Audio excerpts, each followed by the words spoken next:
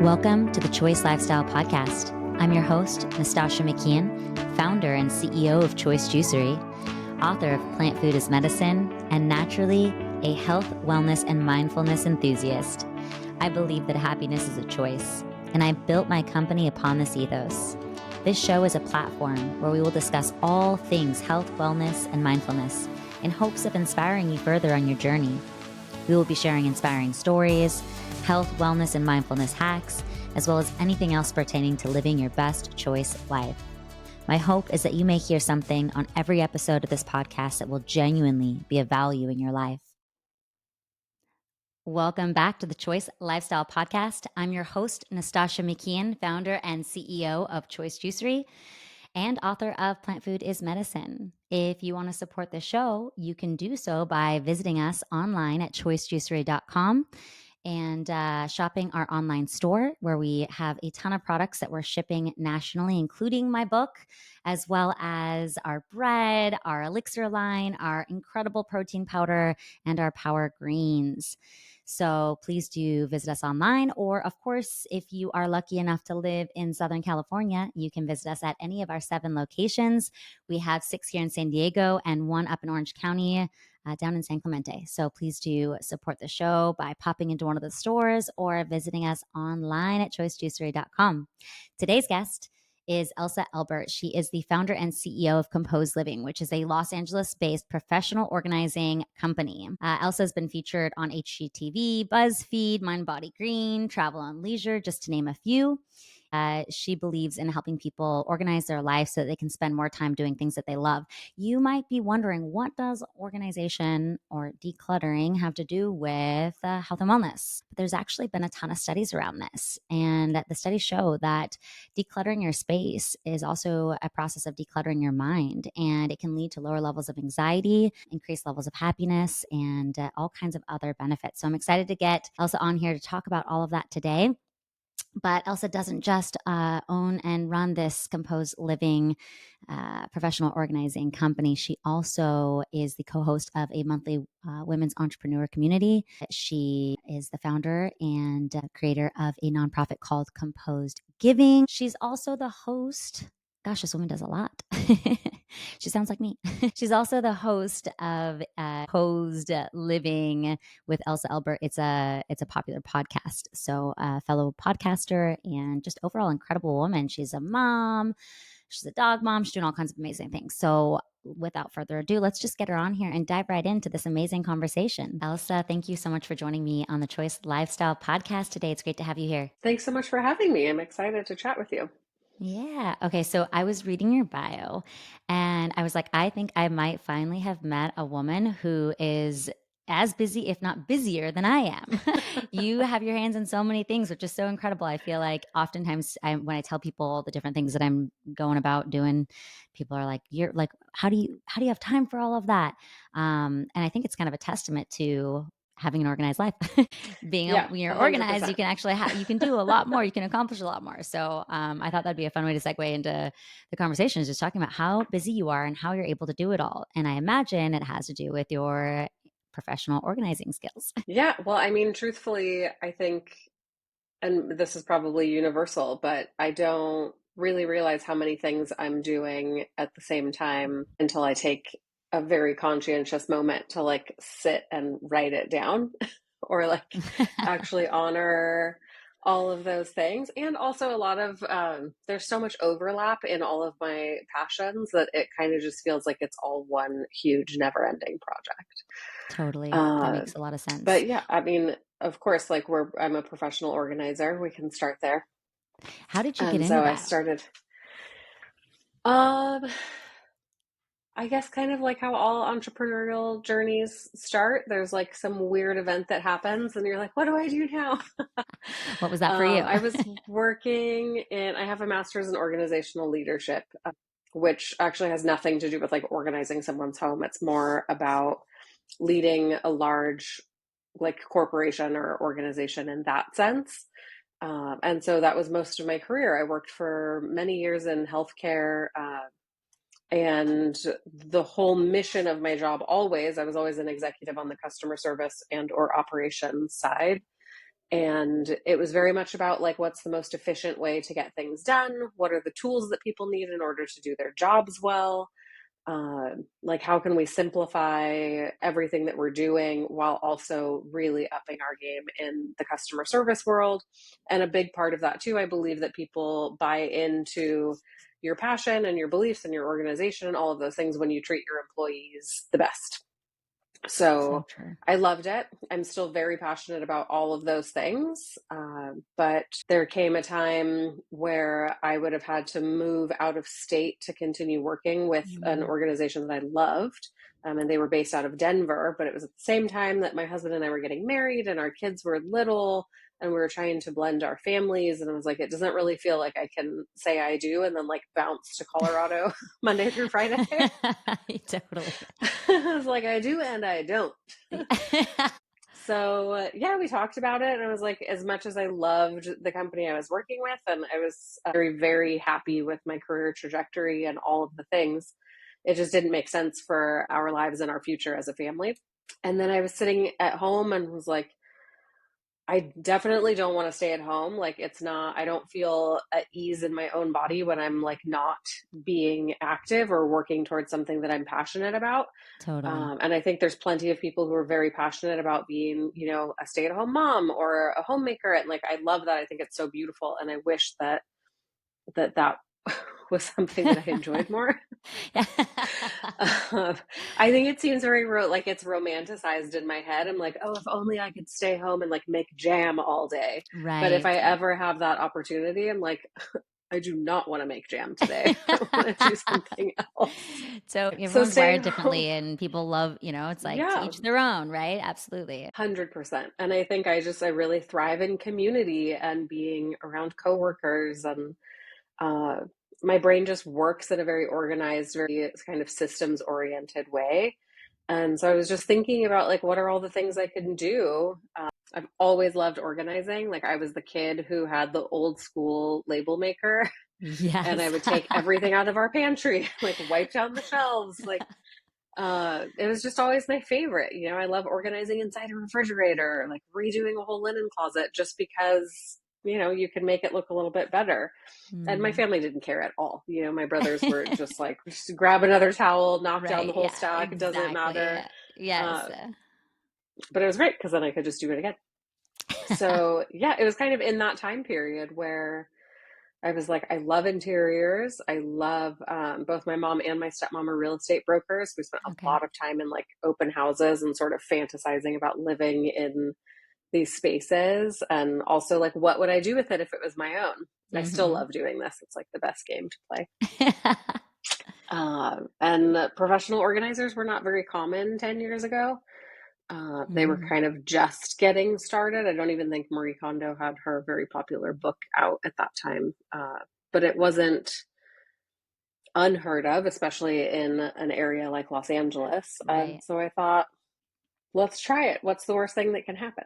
Yeah, I have to say, like, I think it's so cool how oftentimes what we end up doing, if we look back, hindsight's 2020, if we look back on our life, how we can see that like there were parts of us that were already there, like with you being a kid and liking to reorganize the linen closet, like what, you know what I mean? Like clearly you already had a Totally. passion and a skill set for it in childhood. I know for me, I was like 11, and for New Year's Eve one year, I was at like this very much an adult party and they were all giving things up, for their New Year's resolution. I was like, I'm going to give up soda and I'm never going to drink soda again. And I didn't at 11 years old. It's like Yeah, clearly I had a future in health and wellness, And so I just think it's funny that we have these things that are a part of us. And for years, I was like, what do I do? Like, some people know they want to be a doctor, from early in life, or they know what they want to do. And I didn't really know what I wanted to do. But when I look back, once I figured it out, I was like, it was always there. Clearly, I was always going to be in health and wellness. So I think it's funny that you ended up doing what you do. And it was clearly a part of who you were at your, like, core level. So that's awesome. yeah, that's a really beautiful way of putting it. And I do feel like the older I get, especially the less tied I am to the idea that there's like one path A hundred for percent. each person, you know? Even now, it's like I've been running Composed Living for almost 10 years, and we've certainly evolved the brand. We've added new services. We launched a nonprofit last year, along with our podcast. Also, last year, we have a retail storefront now, which also has an event and workshop space. There's all of these came out of my need to continue growing as a human being and to Mhm. continue changing my path. Because I definitely hit a wall. I think it was somewhere Mhm. around year 6 where it was like, okay, we're not really a startup anymore. I have a great team in place. I have people who've worked with me for years, and it can get very boring. I Mhm. wish that there was a way to say that without Yeah. sounding ungrateful for Mhm. being on Totally, this yeah. really fun path. But if you do the same thing over and over again for years, I think in any industry, it can become very tiresome. No And I'm matter someone how who's, passionate you are about it yeah, too. I relate completely. I just celebrated my 10-year birthday for Choice for my company, and on this last week on Tuesday, and like well, you, I hit a congrats. wall around the same time, probably like more like the 7-year mark, where it was just like, I've had the exact same conversation 100,000 times. I've done the exact same day thousands of times. For me, I would just open more stores, open more stores, because like that was like, Yeah, okay, the more stores I open, it's like newness and excitement, and but at some point it's like even opening another store is like the same. It's like it's the just same. hit repeat. And so like you, I was like, what else, how else can I expand, and continue to like explore who I am and what I have to offer the world, and also mix up my life and my day. So the podcast was an evolution of that for me, and yeah, continuing to figure that Awesome. out as I go. But same. So I relate, and I, so passionate about what I do to this day, still so passionate about it. But it gets doing the same thing over and over and over again absolutely does start to get boring no matter what you're doing. Yeah, right. Even in like your exercise routine, it's like if you're only going Hmm. for a run every day, it's like at some point, aren't you just going to wake up and be like, isn't there something else? Isn't there more to this Totally. life? Totally. I have to literally like change almost every year. I change my run. Cause I do a lot of different, I surf, I run, I work out at the gym, I do yoga. But every now and again, it's like all of a Oh, sudden I'm like, I need to go to a new yoga studio. I need to go. I moved my run. It was like Carlsbad Beach for years. And then now it's like Encinitas Beach, because like I just get like, I can't, it just starts to get too mundane. And I just like, I need to see something new. I need to do something new. So yeah, yeah. agreed. Agreed. I love Okay. that. I So, also love that variation in your workout routine. As a little sidebar, I just listened to a different podcast about women's brain health, and the impact of nutrition specifically on preventing things like dementia and Alzheimer's. mhm. Um, but they were talking about the different types of exercise and how they help your brain actually like stay healthy and your body stay healthy through menopause. Oh, And basically, it was like you should do cardio because it uh-huh. helps with hot flashes. You should do weightlifting because it helps prevent dementia and osteoporosis. And then you should Mm. do yoga because it improves your mindset and it gives you flexibility to like age gracefully. And I was like, well, great. Totally. There's my Ding, workout ding, routine ding. then. Yes, it's literally what I do. I go to the gym 3 days a week. I go to yoga 2 to 3 times a week, and I run 3 times a week. And then I also surf and do some other things, pickleball, all those Beautiful. things too. Even with like yoga, the classes I take are like free flow style. So Hmm. it's really good for cognitive function, because they give you a baseline and then they let you flow. Like Mm, you have to remember the flow. You also have to, like, if you forget the flow, you have to kind of mix it up, and it's just like so fascinating, but it's really good. It's At first it was so intimidating for me, because you're yeah. like forced to be incredibly present, because if I screw this up, I'm gonna look like I don't know what I'm doing. God forbid Yeah. I look like I don't know what I'm doing. And so like you have to pay such attention. No matter what you do, they create these really complicated transitions. And so at some point you're like doing it, you're like, oh shit, what was I supposed to do here? And then you're like, you have to like fill in the blanks, and you have to like just go with it. And so it's really good, they say, for cognitive function, which I love, which I think we all need to do things that are good for cognitive function. So Totally. Yeah. okay, Big so fan of take me brain back health. to we kind of went into your career, and then you deciding you were going to do this. But what did that look like for you? Like, starting that business, and then I kind of want to dive into the benefits, because I have my own personal experience with going from being a very clutter driven, Mm, disorganized, messy house, in my early life. And we'll dive into that a little bit too. Like, me starting to learn how to organize and declutter my life, and what that did for me in my life and my mental health and all that stuff. But I know that's a part of why you love to do what you do, and helping people bring up space and time so they can do more of what they love to do. So I want to talk about that and spend a lot of time talking about that stuff. But before we go there, I want to understand, like, what did that look like opening your business, and, getting that off the ground? yeah. So I used to run a lot and I had to have surgery on both of my feet. So I did them back to back right after I left my corporate job because I was like, I'm at home. What better Mm-hmm. time to be Yeah. sitting on the couch not doing anything? So I had this like 12-week time period where I was pretty couch confined, and I just started Googling things. I had my laptop next to me and my phone, and I was like, okay, if I want to start a business, how do I do that? So I did all the research on like what does it take to actually start the like the legal sort of the back end of a business. Like how do we get an actual corporation or do LLC paperwork, whatever. Even just learning the difference between the two, right? And like having Mm-hmm. to Yeah. choose a corporate structure, and Mm-hmm. then like what name do I want, and all of the brainstorming. Like I literally was just Mm-hmm. sitting at home while the kids were at school, my husband was at work, and I couldn't move. So And thank God for I just Google, taught right? myself Like, everything. what I would we do know. without Google? Yeah. Um, so that's how it progressed, and I just took Wow. it truly one step at a time. It was like, okay, today I'm going to decide on my business structure. And then tomorrow I'm going to brainstorm names. And then once I settled on a name, like running a trademark search and making sure I could get that Instagram handle and all that stuff. All Yeah. the things people don't think about, right? Like Mm-hmm. it's one thing to have a name that you love, but it's another thing for it to be available across every platform that you're going to use immediately and possibly in the future. Exactly. And so the stars aligned that all of these things were available to me. And so I snagged all of those. And then I was like, how do you do Instagram? I mean, 10 years ago, it's like, I feel like influencers were maybe like just beginning to be a thing. But I definitely was not. It was like maybe you take one photo a month, or like all you Mm-hmm. do is post like silly selfies with terrible filters. So I had to learn really like how do you use this for a business account, and honestly, it was much easier back then and much more enjoyable Mm-hmm. too because you're just getting I know. started. So every single follower that you get, you're like, who are you, Susan from Ohio? Like, what's your story? Totally. Yeah. Yes. It's like, I love you. Why did you find me? Like, what's going on? And like, when you get to 100 followers, you're like, what? I don't even know 100 people. This is so Yes. exciting. And so I just had so much fun with it. Like I have I such a love that. curious mind. I get such a kick out of anything that's new, or even those tiny successes. Like truly every single Instagram follower and every comment. Uh, I learned how I built my website from scratch using Squarespace, which is like the easiest tool, I think, Mm-hmm. for people who don't know anything about web design. They make it so simple for you to create something that's very beautiful and easy for other people to use.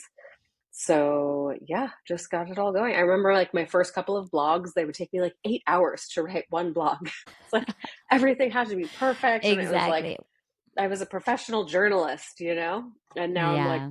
do 4 blogs in an hour, crank them out. Of So I had fun course. with it. That was it. That was my couch bound recovery time. And by the time I could walk again, I had a fully up and running business, website, socials, trademark, uh, all the stuff. That's amazing. It's like you take Yeah. someone that's just like a high power personality who likes to get stuff done. And it's like, Yeah. yeah, sit them on a couch for a few weeks and watch what they'll do.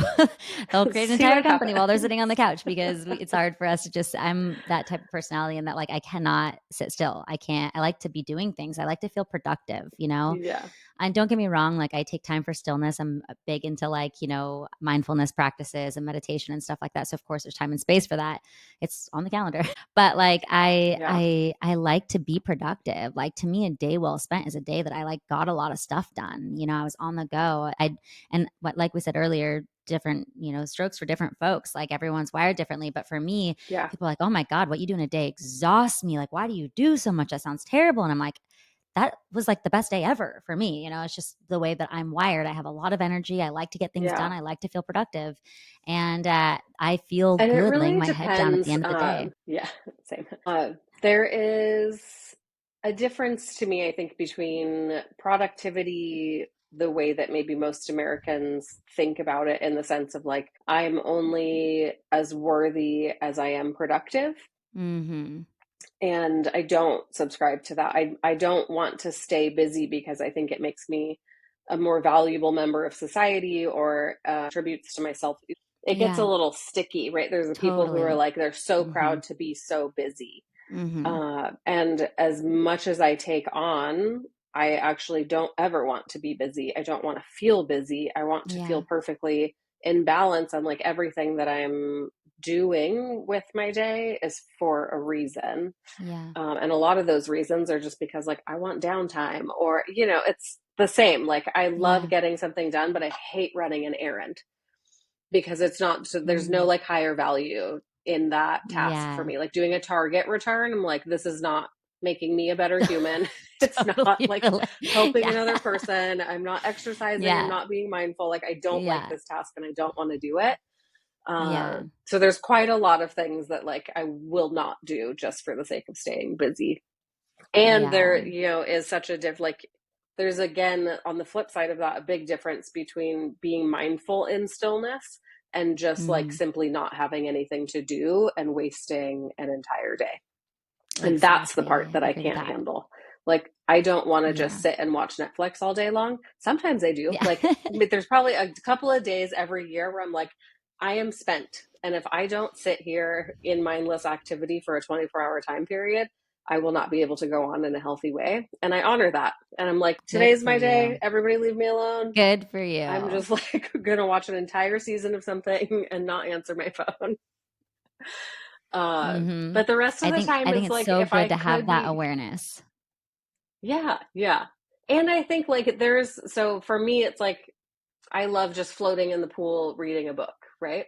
And Mm. that Yeah. feels purposeful to me. That is Mhm. productive in the way that like it's replenishing my soul. It's time spent out in nature. I mean, as natural as a pool can be, but there's Yeah. trees in the sky and Yeah. you're outside in fresh air. Right. Yeah, yeah, yeah. Um, and I love reading, and that makes me feel like a whole human again, That's and it's like an awesome. easy thing that you can go do. So those are the Yeah. kinds of things that I try to balance with, Mhm. I'm running two different corporations, and Mhm. we have quite a large team now, and all of those things, and travel and kids and Yeah, of course. life. Yeah. Life is just busy. I mean, life is busy for Life is everybody these busy. days. It's fast paced, it's busy. There's always something to do, there's always something to be done. So I definitely have to be mindful of that. I'd be lying if I said otherwise, where, I don't feel good about like just sitting down and doing nothing. Like if I'm reading a book, yes, because I feel like I thrive feeling productive. Like even like if I'm watching a Hmm. movie, it's like is it a true story? Is it like documentary? Like I don't like having like veg out time. And I think that comes from just growing up in an Interesting. environment where everybody was so unproductive. Like my childhood, I grew up in a really bad environment, and lots of just like unproductive humans were what I had to look up to, and I just always didn't want to be anything like that. And so I think I have to be Wow. mindful of that sometimes, because I noticed probably a couple of years ago that like the only time I ever sit down and do nothing was like when I'm sick. Like my body would have to like literally break down for me to just like spend a day on the couch. Yeah. And I think the first time that I spent downtime without being sick was I was in Bali like 2 years ago. And it was the first time I'd spent time in my adult life alone for an extended period of time. I was a mom at a really young age, and I have 3 kids and single mom. So there's always something to do, whether it's like entrepreneur, stuff, business, running Yeah. the business and all that stuff, or whether it's like at home. I'm also on a small scale farm at home. I grow a ton of food. I have animals. Like there's always something to do. And so I think I was in Bali, and, I wasn't at home. So there's nothing to organize. There's nothing to clean. There's no laundry to do. There's no vegetables to tend to, no animals to take care of. There's no business because I was on the other side of the world and my business was asleep while I was awake. And the Yeah. first few days, I cried a lot. And I was like, why am I crying so much? What is happening to me? Like, why am I sad? Like, I'm in paradise. Like, what is coming up? But I realized like I hid from a lot of emotions by staying busy. I hid from a lot of like Hmm. stuff. And so it is something that I have to be mindful of. Like, am I keeping myself busy right now because I'm trying to avoid something? Or, it's like, so I have to check in with myself from time to time. And it doesn't come natural for me like you, where you're like, oh, I'm aware that I like need to just spend a day before, like, I just need to spend that day on the couch. I like, it usually takes me being like, oh, I feel like I might be starting to get sick. It's time to slow down. It's like that. It's Hmm. like I'm starting to learn how to pay attention to that. But for a long time, I definitely like really thrived in just full throttle, keeping myself busy. And I would be proud of the busy for sure, like you were talking about earlier. So it's something I'm aware of, and I work on actively. But enough about Yeah. me. Let's That's dive more into organizing.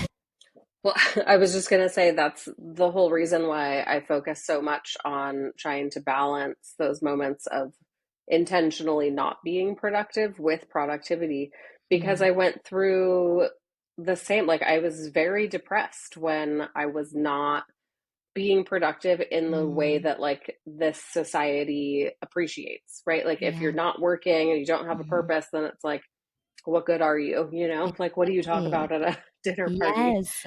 And I had to wrestle with like, well, if I'm not making money, like how am I contributing to our household and what's my Mhm. worth in this marriage and what's my worth as a person? And it was really, really difficult. Wow. And that's where, you know, I had to do that work of like, what makes me valuable as a human with or without a job. Yeah, And you know, totally. and like why do I hold myself to a different standard than I would any other person? You know, I wouldn't judge 100%. somebody else if they weren't working, Mm-mm. or think any less of them, Of or course not. certainly wouldn't, yeah, question their like value. Mhm. So that's very tricky. And now, yeah, it's definitely with some intention. I'm still not quite where I would like to be Yeah. in finding that balance. Use the like, do I feel like I'm starting to get like strep throat or like something that I'm like, Absolutely. okay, I need to sleep more. I need Yes. to watch what Yes. I'm eating, you know, all Yeah. those things. But Yeah, same. okay, I love that. Thank you for organizing. sharing all of that. But yeah, so I was like doing a little bit of research on it. My own personal experience of it is I mentioned earlier that I grew up in, kind of a chaotic way. I mean, I grew up in filth, like you wouldn't even imagine. And my first, like, you don't know what you don't know. So I didn't know I lived in filth. I didn't know it was like filthy and disgusting and dirty and chaotic and disorganized. I didn't know that. Yeah. I would go to friends' houses and I would see a difference, right? But that was my normal. That was like homeostasis for me. So I didn't know any different. And then as an adult, a young adult on my own, really early, like 16, it's like I had those. I That's what I grew up in, so that's what I knew, and so it was normal to like live in that environment. And I had a girlfriend, a lifetime childhood friend, but she'd come over as an adult and she'd be like, Nastasha, your house is disgusting. Like, this is disgusting. Like, we need to clean your house. Like, we need to fix this. And we'd spend a day just like it would take an entire day to like clean because it was just like so bad and embarrassing to admit this, but it's the truth. And I didn't have that thing naturally inside of me that was like, I need to keep this clean because it wasn't for me to begin with. It'd be like, I tell the kids like, Aunt Beth is coming over tomorrow. Like, we gotta keep the house clean. Like, she's gonna see it because Mm-hmm. she would do all this work to help me clean it. So it was like at first I was keeping it clean for her. And then eventually I adopted that as my own thing. I started to learn how to like living in a clean environment. So that was the first evolution for me. It was like learning to live just in clean, like do my dishes after I was done with them, like those basic things that I wasn't taught in childhood. And then years later, a few years ago, I hired my first professional organizer, and that person came in and they helped me Cool. organize everything, which only lasted a short time because it's kind of like dog training. Like, you can train the dog, but if you don't train the owner, like, the dog, it's not going to stick. And that's kind of what Yeah. organizing, like, she came in and she organized everything, but my kids weren't a part of that. And at that time they were already teenagers. It was like really quickly, it just kind of fell back, and it wasn't Mm-hmm. until maybe a year after that I was like, okay, I'm going to do this myself. Like, I'm going to get in here, I'm going to pull this apart, I'm going to teach the kids, and then like once I did that, it was like, now it's this thing that I'm doing again for me, and I'm teaching the kids how to do it. I'm remembering like this needs to go back here, and let's, by teaching myself to do it, and through the help, I think, because she initially showed me, and then it's like I had that, then I did it for myself. And but the freedom that it gave me in the mental aspect, like when your house is organized and things have a place, like it freed up so much space for me mentally. The level of anxiety, like I open my daughter's closet and things are falling out of the place and so disorderly. It's like that would take up, you don't realize how much energy and how much space it takes up in your brain until you have it Mm-hmm. cluttered. And I like to say this with the health and wellness space. It's like, you don't know you feel bad until you feel good. It was the same thing for me. I didn't realize how much it was weighing on me to have a disorganized home and to have a cluttered home. I didn't realize it until I experienced the opposite of that. And then it was like, oh my God, I feel so free, like anxiety free. And I started realizing and looking up studies. There's studies around this. Like, when Yeah. you declutter your home, you declutter your mind, and it creates like less anxiety. It leads to a healthier, happier lifestyle, which I was explaining to the audience when I was doing your introduction. Like, that's, what does, organizing have to do with health and wellness? Well, there you go. So I'd love Yeah. for you to Well, speak there on you go. that a little You bit with said it your all. experience. I mean, you nailed it, and you touched on so many different topics in there. I'll start by saying one, it's amazing that you reached out to a professional to get help. I think that's always such a brave and very vulnerable thing to do. Hmm. That being said, there's so many different types of organizers in this world, and there's like it's like trying to find a life partner, like there's someone for Totally. everyone. Hmm. My belief system is always that, like, my dream client is someone who wants to learn how to do it so that they Hmm. can maintain it for the rest of their lives, right? Like, we shouldn't have an ongoing relationship Yeah. necessarily unless like circumstances have changed or we're talking about a different space in your home. Right. Uh, so that is, I love people who want to make a conscious change for themselves. But universally, no organizational system is going to work. Like, if I take my systems and put them into your home, it'll fall apart almost immediately, right? It Wow. has to be a system that's designed for you and your family and the way that your brains function, your level of interest in wanting to keep up the house. There's Absolutely. so many factors that go into it. I have a daughter who is both autistic and ADHD, and there's no way that we're going to organize in the same way, right? Like, her brain simply Right. functions and processes information and looks for things in a different way. Our middle son is probably more like me with the how he would look for certain things. And then our youngest is like the creative wild child who's like, what's going on in this bedroom? I don't understand. Like, we all live in the same house, we all have the Yeah. same set of circumstances, but it's so wildly different. Even like, I share a closet with my husband, and like, my side stays, it's like the shirt comes out of the one spot and it goes right back into the same Right. spot. I'm like, there's no variation. Like, I never need Yeah. to reorganize that. But I see him take like work shirts out and then he just puts them back like wherever. And I'm like, well, Uh-huh. now your stuff's not color coordinated anymore. Like, how are you Yep. going to survive?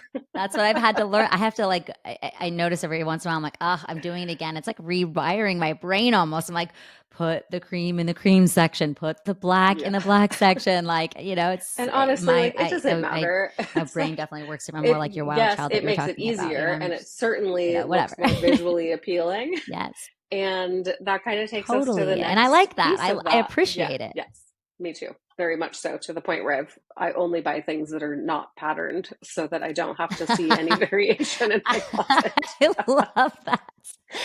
Oh my I'm gosh, it's like amazing. way next level with I love it. I how love it. It how makes much I sense. want my life to feel simple. That really is the root Yes. cause of it. I Hmm. always laugh because people, you can look at, like, I am an organized person so that I can be more productive and get more done. That Hmm. certainly is one way of using organizational tools. Hmm. That's how I am able to accomplish things in my life, right? I'm using organizational systems so that I can structure my day in a way Hmm. to accomplish my goals. However, organizational systems are also great for very lazy people who Yeah. simply don't want to have to make a lot of decisions, don't Hmm. want to spend a lot of time cleaning. Do you know how Yes. difficult it is to clean when you have a cluttered surface? Oh, Like, if you have crazy. nothing on a bookshelf, Yeah. you just wipe it down and you're done. If you have Hmm. 10,000 tchotchkes, you're like dusting around every little object. It's more work, it's more Yes. difficult. Yes. And psychologically, when you Hmm. like, we don't take into account that, like, our brain is registering every single part of our environment every second of every day.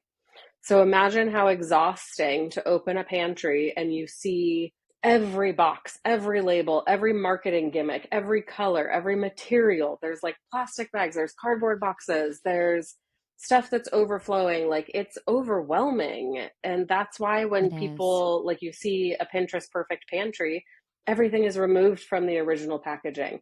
Everything is put Yeah. into like decanted glass jars. It's soothing. It Hmm. gives your brain a chance to not have to take in all of those logos, all of those colors, all the different tactile, Hmm. pieces of it. I never And it's the realized same in a that. closet, right? Yeah, totally. I Oh, never realized that until like I recently redid my pantry and got like, jars and things for all the beans and all those things. And it's so funny how much like I love opening that cupboard. I I know. just love looking at it. Like, and every time I need to like, let me get it out of there. Like, I just love the feeling of it versus Yeah, what you said. Like, it's overwhelming to your system. And also, I don't know, it can someone be told for me sure. years ago this word, and I can't, I tried to find it before the podcast interview and I could not find it anywhere, but there was a word for the mental space that you hold for every item that you own. Like Mm, when you have a lot of clutter and you have a lot of things like the little tchotchkes that you were talking about on the shelves, like when we have all these extra things that we don't need and it's taking up all this space in our homes, there's like a word for it. I'll have to find it and put it in the show notes. But I yeah, was unsuccessful before this interview, but there's a word for it and what it does to you mentally to hold on to all that. Like when you declutter and you organize and you clean up, it frees up energetically. And that's what the word was. It frees up energetically space because when yeah, that's why there's like a lot of, benefits to living like a minimal life, like being more minimal and having less. And when you hmm have less, there's less energy attached because everything that we own, like there's energy to that, my car, my 100%. my clothes, my things. It's like there's a part of you that's living outside of you Yeah, with if those you look things that at you're attached to. yeah, when you look at like just what happens inside someone's closet. So there's the physical clutter, right? There's shame, I think, is a big emotion that comes up with a lot of belongings that we own, but we'll stick with the closet example. Maybe you are experiencing shame because it just looks so visually unappealing when you Mhm. walk into the space, Mhm. or maybe because you feel guilt around having spent money on things that you're not wearing. There's Mm. also so much judgment on ourselves and our own Mhm. bodies and where we are in our particular journey, right? I think women do this probably more so than men, where it's like, oh, Mhm. those are my skinny jeans. Oh, I'm keeping this Ah. outfit because like I'm just a little overweight right now. And it's like, Mhm. that's how you're starting every day is Mhm. by you're getting all of this all at once, right? Mhm. All of the emotions, all most of them negative, Mhm. and instead of just going in and saying, I'm going to put on my favorite pair of jeans and this beautiful white t shirt from my white Mhm. t shirt section, you're instead bombarded with like so much other stuff, right? And Yeah.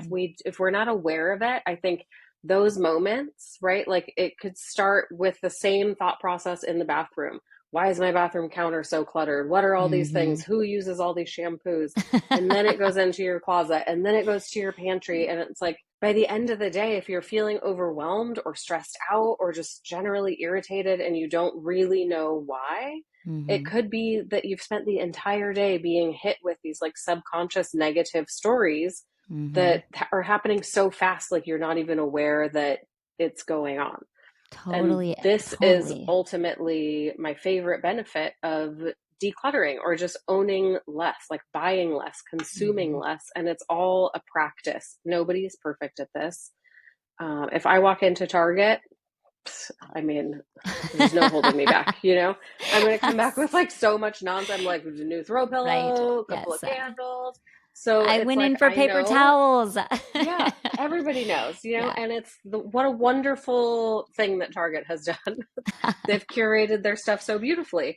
But I just simply don't go because that's the Mhm. easiest way for me to not buy things that I don't need. And, just I've over a lifetime, but specifically, I have the benefit of seeing other people struggle with so many aspects of their home that it really reinforces positive behaviors in Mm. myself because I don't want to feel that way. Yeah. And so I've done so much work on myself, my own shopping habits, consuming habits, Wow. and making those hard calls. Like it's difficult to get rid of a piece of clothing that used to fit you, that used to be your favorite, and Mhm. look at it and say, like, it doesn't fit me now. And I have to be okay with the fact that it may never fit me again.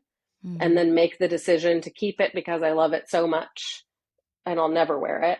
Or just say, I don't want to put myself through this. I'd rather Yeah. have the space back in my closet and I'll Yeah. find something else that I love that fits me now and makes me feel Mhm. wonderful in my body now. Totally. I love that you touched on, there's two things touched on, the vulnerability that it takes to reach out and get help. And then I want to talk about the shame as well. But the vulnerability piece, that's a huge one, especially for me. I felt like I should have this part of my life figured out by now when I started working on this, which was not that long ago. I'm 40 years old. I'm a professional. I own, a big company here in San Diego that they know who I am. Like, I'm on the cover of my book. People, like people in the community know who I am. And it was embarrassing to me, to have somebody come into my home. And in fact, the person that came into my home is a customer of mine. And, she's married to my personal trainer. Like it's somebody that Yeah. is like, that knows me on a professional level. And then having her come in and see it was so embarrassing for me. I mean, it was very, very embarrassing, which is probably part of the reason why I was like, I didn't want to be that much a part of it because I was so embarrassed by Hmm. it. Um, Yeah. but yeah, so it does take a bravery and it does take vulnerability, and there is shame there.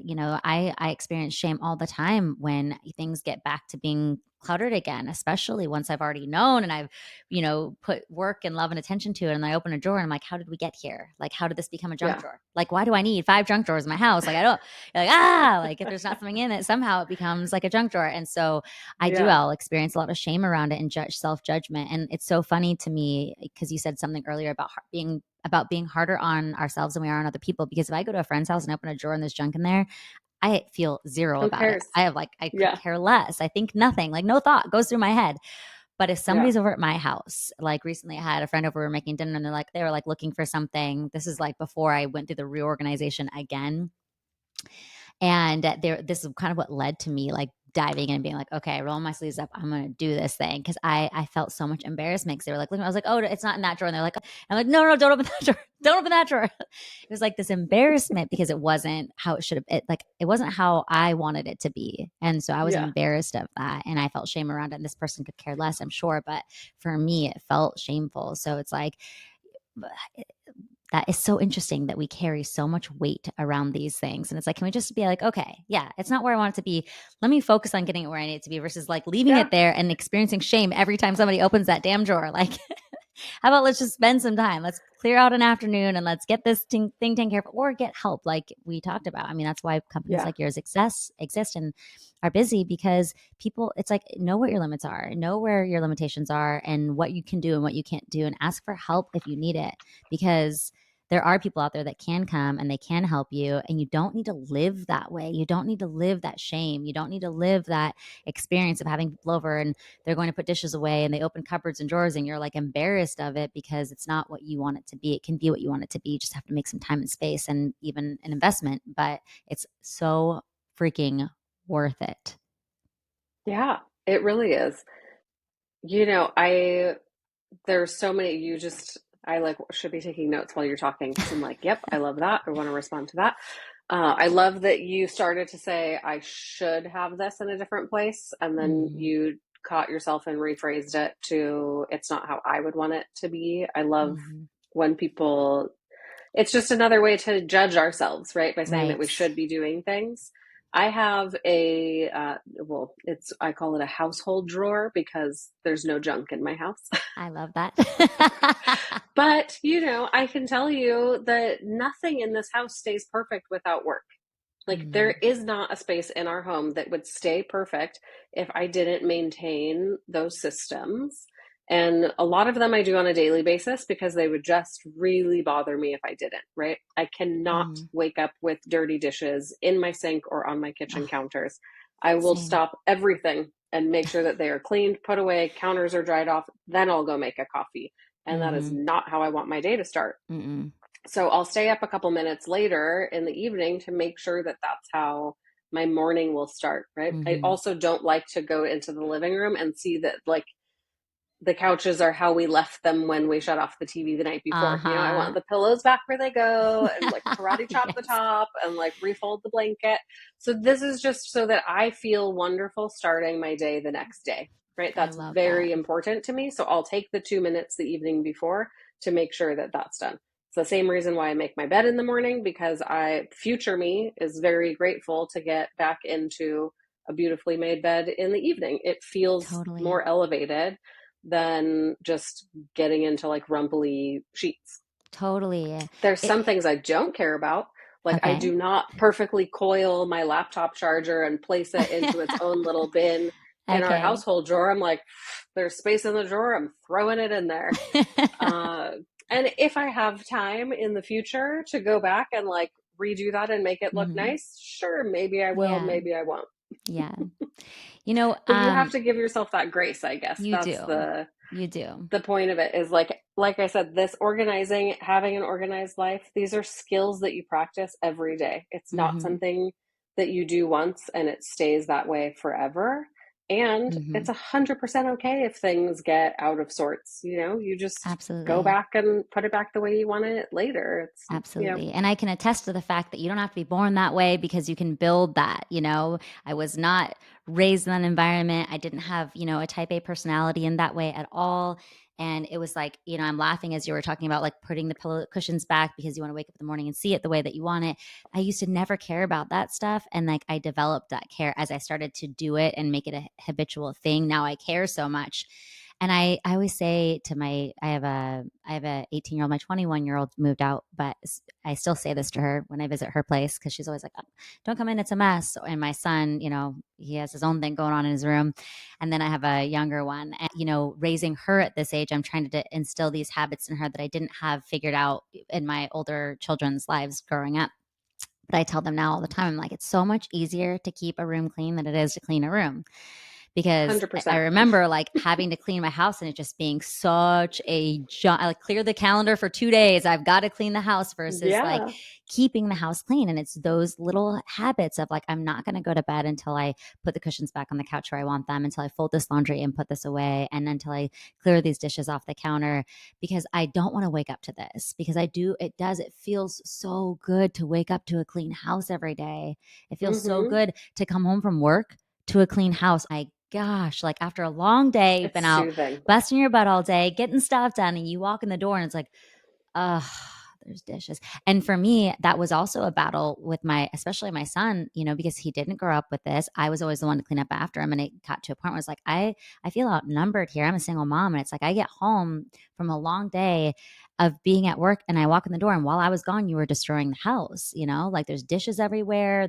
You cooked, you didn't wipe down the stove. Like there's laundry Yeah. everywhere because you dug through the laundry to get what you wanted and left everything else a mess. And walking into that, I feel so defeated. It's like, where do I even begin? And so training him, and it took a lot to steer that ship in a different direction than the direction it had been going. But it was worth the work and the effort and what felt like nagging until he finally got it. And now I don't come home to dirty dishes in the sink. Once in a while I come home and I'm like, hey, there's dishes on the counter. I take pictures, I send them. I'm not doing this. It would like, you need to come home from wherever you're at and do this thing. And it seems harsh, but I had to do that. Otherwise, I would always come home to a mess. And then it's like, what is it even worth it? Right. And so I am a Yeah. huge advocate for like helping him because helping him now is going to help his future wife, his future roommates, his future Himself. whatever, Yeah.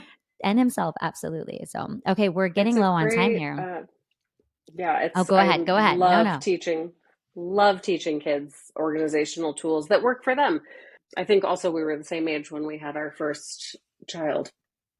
And it's important. It's important for moms to advocate for themselves and to let their families know that like you are not there to just clean up after them Yes. 100% of the time. Like, Yes. it's not fair, and that's one of the things, that our kids do a really good job of doing their chores. They mutter under their breath, whatever, but they still get it Yeah. done. So that feels Mhm. like a win. It is. But that's how it started. I would make comments and be like, "Oh, I see that you left your dishes in the sink. Is that because you think it's my job to do your dishes? Or Yes. do you feel like you're too good to do your dishes? Did I look like I wanted to do them for you? I'm not following." It's like so Uh-huh. passive aggressive, but it's also like, did you think about what it means to leave something undone? Like, it's Mhm. not just saying I don't want to do it. It's saying not only am I not going to do it, but I think you should do it for me. Yeah. And with my son, it's always like, oh, well, I was rushing out the door, or I was going to be late to work, or I was going to be late. It's like, well, now I'm late to work because I don't want to come Hmm. home to this. And so teaching them that awareness, and also like, hey, it takes you an extra 5 minutes. Like as soon Yeah. as you cook, clean it, and then you're not late an hour later when you have to leave, and you don't have this excuse of like, oh, well, I was going to be late. Well, if you just clean it right after you used it, Well, and learning time so much management easier. skills is Yeah, crucial. Like, it is I'm sorry, but totally. welcome to being an adult. You're going to have to do Yes. 10,000 things. 9,900 Yes. of them are going to be things you don't want to do, but you still have to. And Yes. if you don't know how to put that all into your day in a way that still feels peaceful and like you're finding joy in life, then it's going Hmm. to be a real long life. It is. So let's figure this out now. Yes. Okay, so where does somebody begin? And like before, I ask you how they find you, and how they can follow you and get your help if they need it. But what are some tips that we can leave our listeners with? What if like they are far from where they want to be? What are some top tips you can give them to get started with decluttering their life? So I think the first and foremost is to figure out a couple of words that you want to associate with your home. So whether that's like calm or safe or Mm. beautiful, curated, cluttered, Ah. like what, however you want it to feel, get Yeah. very clear on that first. And I think that Okay. kind of gives you that driving passion of like, I want my space to feel calm, or welcoming or lived in, whatever that word Mm. is. Does this space feel that way right now? Most likely the answer is going to be no if you're feeling like you're a little bit overwhelmed. And then always start super easy. We have a lot of free how to guides on our website, which is just composedliving.com. My favorite one, and probably our most popular, is the 30 Days to Clutter Free guide, because it gives you like 15-minute tasks that you can do every day for 30 days. And by the end of it, you'll pretty much have gone through your whole home. Wow. So, just make it fun. Like, it doesn't need to be serious. If you're having a hard time with it, definitely do not start with like your garage. That's going to be this full Never. multi-day thing. Do not organize with family members if it's something that you Mhm. don't both feel passionately wonderful about. Mhm. I think that can be a big point of contention, especially Mhm. between partners or parent and Yeah. child. Mhm. Just start with your own things and do the easy ones. I think a household drawer, junk drawer, beautiful way to start. Pull everything out, clean the Mhm. drawer. You can measure it if you want and go to the Container Store or Target, get like drawer inserts, put everything back, label it, and you'll feel like a rock star. You can probably do the whole Yes. thing in an hour. Socks, like Mm. truly just pull out all your socks, match them up again, Yes. textile recycle the ones that don't go to anything, put them back. Like just the tiniest category that you can think of. I also Mhm. feel like medicine cabinets are an easy place to start. It's Oh, like, yeah. is this expired or not? Do I need Yeah. it or not? Yeah, but that's really all it is. You pull everything out, you put it into categories, get rid of the things that you don't want, Mhm. keep the things that you do. And there's Mhm. never any judgment around what you want to keep or why. So I think giving yourself that grace of Yeah. like, I it's love your that. life and your home. And if you want to keep every single thing that you own, by all means, do it. Go But for it. there's probably a better way to store it and a better way to organize Mhm. it so that it feels usable and it feels like something that's bringing you more enjoyment, Mhm. versus overwhelm. I love that. So ask yourself, how do you want your home to feel? And then start somewhere. And that's so Yeah, important because sometimes I think it can feel so overwhelming, that you just like, you don't even know where to begin. So you don't. So it's just like you said, like start somewhere, even if it's as little as the sock drawer or the medicine cabinet, just pick a space and decide that you're going to organize that space. And it's so cool because as soon as you start doing it, it actually becomes, it's yeah, contagious or it's addictive. It's one of those words because like totally. for me, it's like, first it was like the kitchen drawers and it was like, oh my God, next is Cora's closet. And next it was my closet. And it was like, where else can I go? Because it feels so Yeah. good now in this space that I want to feel this everywhere. And then, yeah, keeping it up. So, thank you so much for those tips. I love that. I think they're all so incredibly helpful. And lastly, where can the listeners find you if they want to know more about you and your company and what you're doing and these free videos that you're talking All the about? things. How do they follow up on that? Our website is a great place to start. It's composedliving.com. Like I mentioned, we have 10 years worth of free content on there, organizing guides, productivity tools, so many wonderful blogs. On there, also, there's so many links to like ways to be more sustainable, like our favorite charities to take your donations to, places to do like textile recycling. There's so much. We're very passionate about protecting this planet. So just take a peek around there. It also links to our nonprofit for people who want to learn more about what we're doing on the composed giving side. I love that. Our podcast is up on there. It's just all the things. I love it. I love it. Wonderful. Well, thank you so much for coming on today, Elsa. It was such a gift to chat with you. I feel like I could keep going for another hour, but we'll cut it off Same. here and we'll absolutely have to get you back on at some point. Thank you so much. This was so fun. Thank you so much for listening in. If you've enjoyed this episode, I'd love it if you could leave a review so we can reach more people. I might even share your review on future episodes. If you go to the link in the show notes, you can find and sign up for our newsletter so that you're notified when a new episode comes out. You can support the show by purchasing anything from the Choice Juicery online shop at choicejuicery.com. Or, of course, if you're lucky enough to live in San Diego, you can visit any of our 7 locations here in San Diego and Orange County. And please feel free to connect with me on social media at Nastasha Mckeon. That's NASTASHAMCKEON. Don't forget that extra S. Or you can connect with us at the Choice Juicery Instagram at Choice Juicery. Thanks again for listening in.